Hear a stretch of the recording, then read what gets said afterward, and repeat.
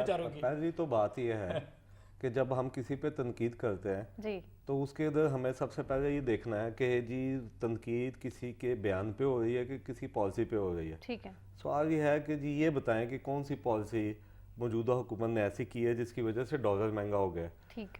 اب اگر آپ 3-4 چیزیں کر رہے ہیں, صاحب 2 دن سے کہہ رہے ہیں, پچھلے 1-2 پروگراموں میں میں نے سنا, سیمنٹ کا جو مافیاز ہیں پاکستان میں یا کارٹرز, ٹھیک ہے, بالکل ایگری. وہ اس کو پیچھے سے جا کے اگر جسے کہتے ہیں نا, آپ اگر ان کو چیک کر رہے ہیں تو ان کو کنٹرول کون کر رہا ہے؟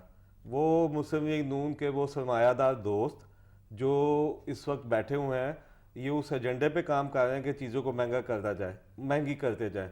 اب اگر آپ ڈالر کی بات پہ آتے ہیں تو 7 بڑے جو پاکستان میں منی ایکسچینجرز ہیں ان کو ایف آئی اے کو دیں, ان کی وہ نکال رہے ہیں کہ ایک سابق فیڈرل منسٹر کی بھی اس میں ایک شامل ہے کمپنی, ان کا حصہ بیچ میں, اور مسلم لیگ نون کے کن کن لیڈروں کا شامل ہے. تو حکومت اس پر چیک اینڈ بیلنس نہیں کر رہی؟ حکومت کو ٹائم چاہیے چیک اینڈ بیلنس کے لیے. میں نے کل بھی کہا تھا پاکستان میں 100 سال پرانے 2 سال پرانے قوانین بن گئے ہیں, اور ان قوانین سے بچنے کے لیے جو چوروں نے 100 رستے بنا لیے ہوئے ہیں. جب تک پاکستان کے قوانین اپڈیٹ نہیں ہوں گے, آپ سسٹم کو جیسے آج تک بجلی چوری کو پکڑا نہیں جا سکتا, کتنے علاقے ایسے جہاں پر 60% بجلی چوری کی جاتی ہے. اس وقت تک پاکستان میں جو سے کہتے ہیں نا حقیقی تبدیلی نہیں آئے گی. اور پی ٹی آئی نے اس کے لیے, میں سمجھتا ہوں کہ مجھے ایک میرے دوست مل رہے تھے, وہ کافی ایسی چیزوں کے اوپر کام کر رہے ہیں جس کی وجہ سے اوور ہال سسٹم کو کیا جا سکے.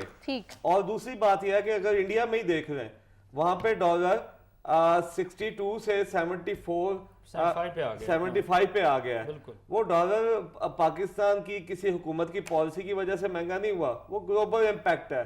وہاں پہ گیس مہنگی ہو گئی ہے, وہاں پہ پیٹرول مہنگا ہو گیا ہے, وہاں پہ لوگوں کی چیزیں مہنگی ہو گئی ہیں. اب سوال یہ ہے کہ یہ گلوبل امپیکٹ ہے, اس امپیکٹ کو جب پاکستان میں آپ ٹرانسلیٹ کرتے ہیں تو کسی کی حکومت کی خراب پالیسی کی وجہ سے نہیں ہے. اب کسی وزیر نے بیان دیا تھا کہ سعودی عرب ہمیں مفت